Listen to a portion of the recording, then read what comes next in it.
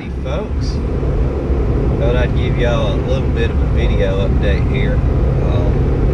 Just gonna do a ride along video here to start out, kind of catch y'all up on a few things. There are going to be some update videos coming up that I'm going to do, but I wanted to do this video just to kind of give you folks an idea of what some of the videos that I'll be posting up maybe this week or soon are. I have some older videos, some that were taken last year, obviously now. Today is January 3rd, 2018, and these videos that I'm going through them right now, do some editing, were from last February, March, and then I've got one or two that were sometime in May, I believe. But, anyway, I'm going to go ahead and get those up and out of the way before I proceed with any new videos other than this one here. I will also today, since I'm riding along here in the Ram, give us a little update on it. While I'm at it, I'll probably go into that a little more detail later on. But anyway, so yeah, the next videos coming up will be older videos. I have a few on the spray rig build that I was doing last year. Of course, that's been long finished and used and winterized and put away. But I did have a couple of videos on the progress of that I'll throw out. I have some video of last year's National Farm Machinery Show. That's the 2017 show. Specifically, some video of the new John Deere 5R series. So there's several pieces of video there. I'll kind of go through it. I don't know if I'll put it all in one video or multiple videos, but we'll find out. So I'll get those up and out of the way before I start any new videos. I do have some new camera equipment. I still have my original GoPro equipment, which nothing's wrong with it, but I have added some more cameras to my arsenal here.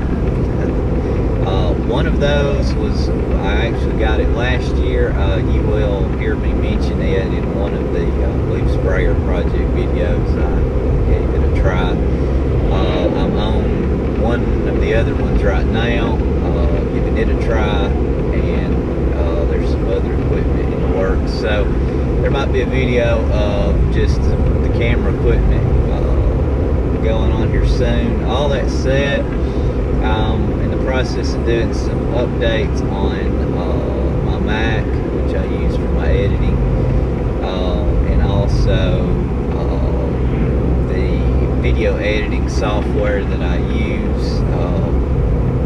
I'm trying to get some updates on that, and hopefully enable some more features to allow me to put together some pretty neat videos using the arsenal of cameras I have right now.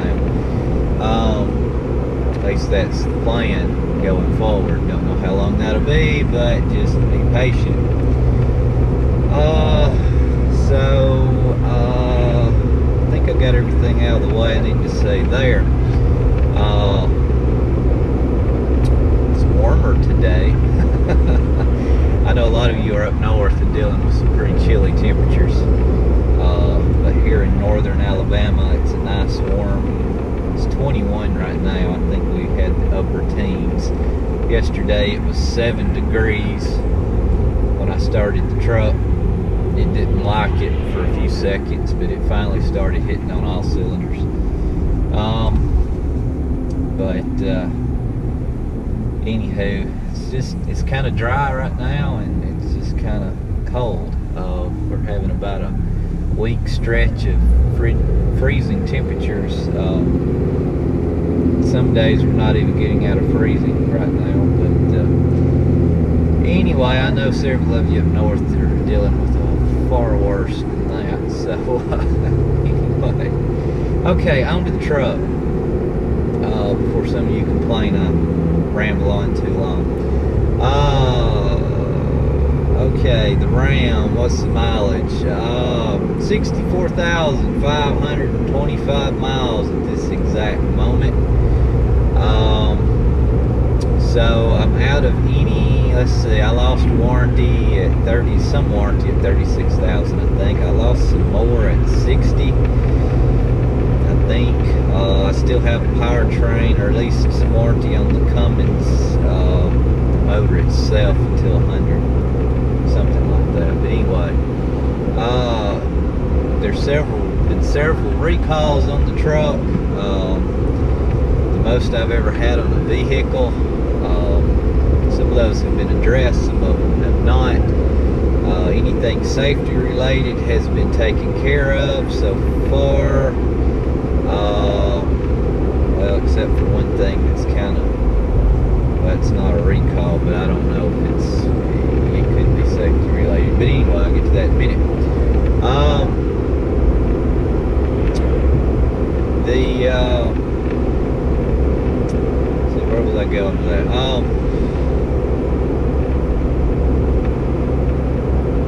So I'm pretty much out of most warranty. Yeah, the recalls. There was some software recalls involved with airbag deployment, I believe. That's been taken care of. There was some other recalls. There was another software recall that was done earlier on. There's a recall on the exhaust system, which I think I may have noted in a video a long time ago. I think it has to do with the what is that called? The NOx, or it's the can involved with the DF. Yeah, I done forgot what that's called. But anyway, one of the components of the exhaust system is under recall. That has not been replaced yet. There's a water pump recall. They don't have the parts for yet, so that hadn't been done yet. There's a new recall out. I think affects this truck, not 100% sure yet. Has to do with something in the transmission that sounded like circuitry that could overheat, that could cause the truck to come out of its parking gear, which it seems fairly mechanical to me, but who knows. So there's still some things to be addressed. So back to the exhaust leak.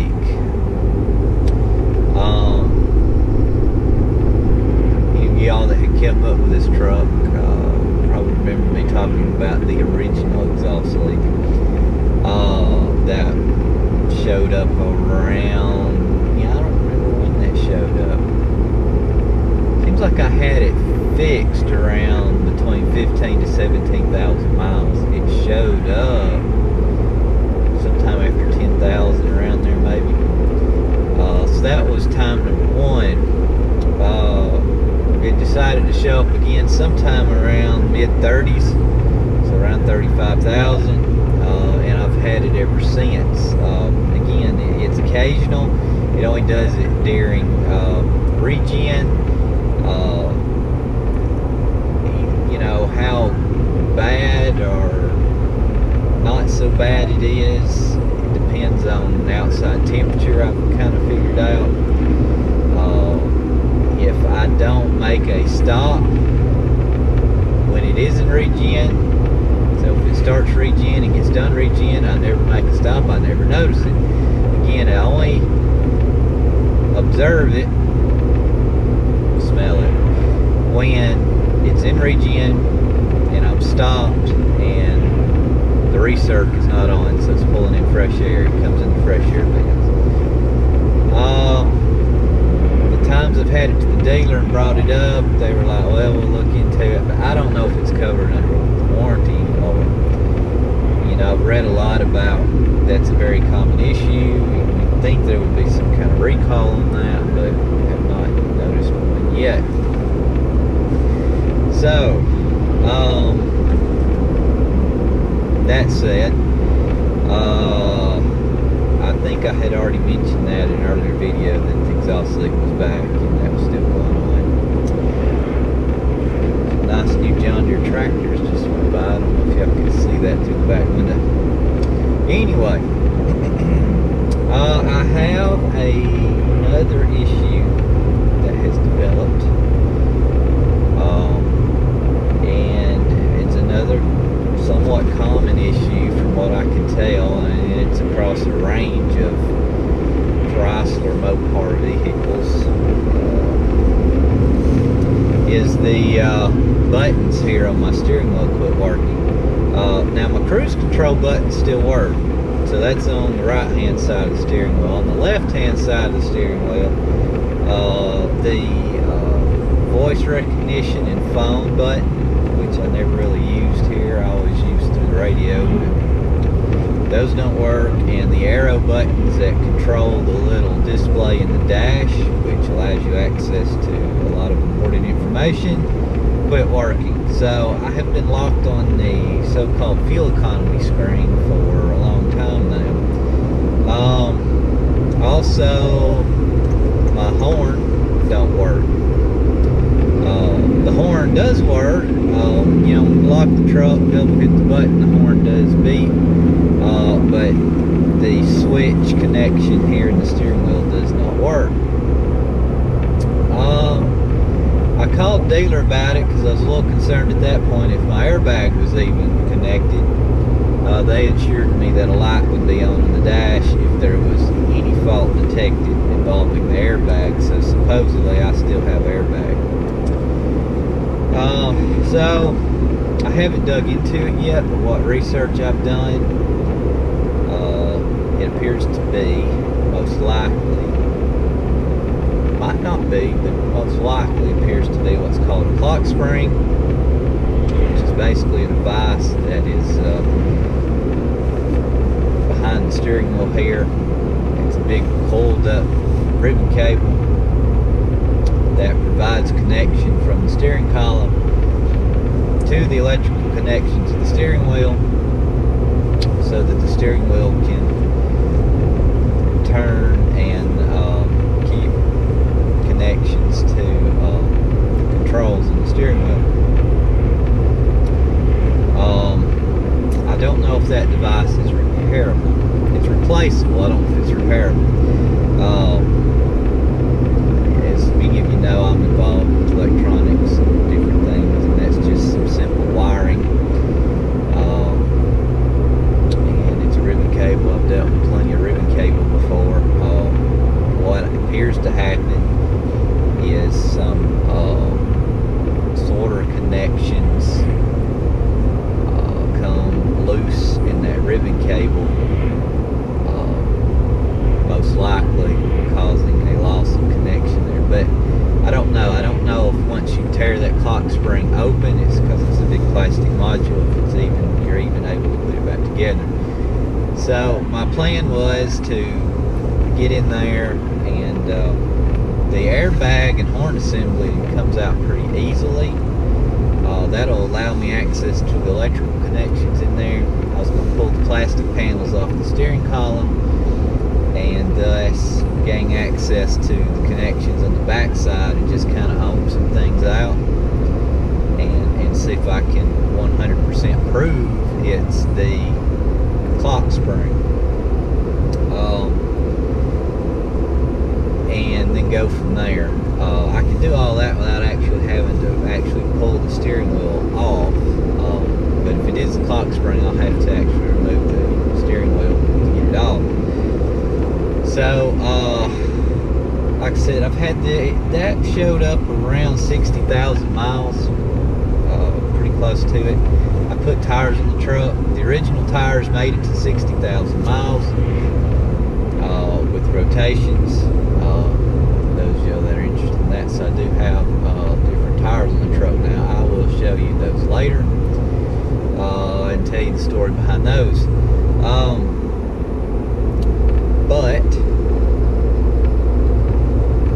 Yeah, going on 65,000 miles, and that's happened. So I look into that. If it's not the clock spring, there's another wiring harness inside the steering wheel. It could be, possibly, but I'm doubting it's it. The little switch modules themselves could something have gone wrong. There's a particular jacket that I wear every now and then, and when I get out of the truck, I have static electricity really bad, and when I get out of the truck, I usually have this hand on the steering wheel somewhere, and when I let go, there's a ESD shock to the steering wheel. Electrostatic discharge, ESD. Anyway, it is possible, because I believe there may be some circuitry in these switch modules, because those connections go out to a bus connection, so there's some small voltage rails, say they're 3.3 volts, 1.5, whatever. And it's possible I could have damaged something there with the electrostatic discharge. Because I did read somebody that had the same problem. Because the wiring harness, I believe, it comes over to the cruise control module of buttons here, and then leaves that module and goes over to the other module of switches. And if something got damaged there, I may have lost connection just between the modules, and or even though the buttons on the cruise control module work, I could have damaged something in there that allows connection over the other button. Who knows? I don't know this schematic to the circuitry exactly. I'm taking some rough guesses here, so I'm just trying to point out a number of things it could be if it isn't the clock spring. The clock spring's expensive. It's around 200 bucks, the cheapest I found it for this truck. It also is used in the Dodge Viper. That's the only other vehicle that particular clock spring was referenced to. So they would use one of the more high, I won't call it high end because it broke, but more expensive ones. But anyway, I'm just going to get in there and figure that out. If the clock spring ohms out okay, then that kind of is going to lead me to investigate these button modules here, which they're not too bad. I think they're around $40 a piece, and the little wiring harness is about $17 maybe. So, but being that the clock spring's $200, that's why I'm going to try to either determine it is the culprit or rule it out, and then decide if I can actually pull it apart and repair it or not. That does involve the airbag, so you know that is safety related. So I want to be for sure if I'm going to try to repair that thing. If that's it, then I'm not going to endanger myself there, because that's not worth trying to save $200 if that might be thrown into question. So, but the electrical connections for what appears to be the horn and the airbag is a different plug on the inlet side of the clock spring, say the steering column side, than all these switch connections. So, but that doesn't make sense why the horn don't work. But anyway, I'll have to tear into all that. Other than that, no other issues with the RAM. I'll just have to get these recalls addressed